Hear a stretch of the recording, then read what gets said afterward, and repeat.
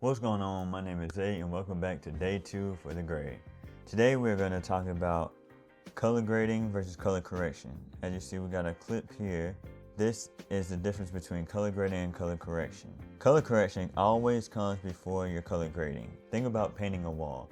If you're painting a wall, if you don't clean your wall first, if it's not a blank canvas basically, and you paint over dirt or paint over stains or whatever it may be, the paint won't look as good. Same with color correction and color grading. So as you see, I got my balance, contrast, my saturation, and white balance nodes, and then my transform node.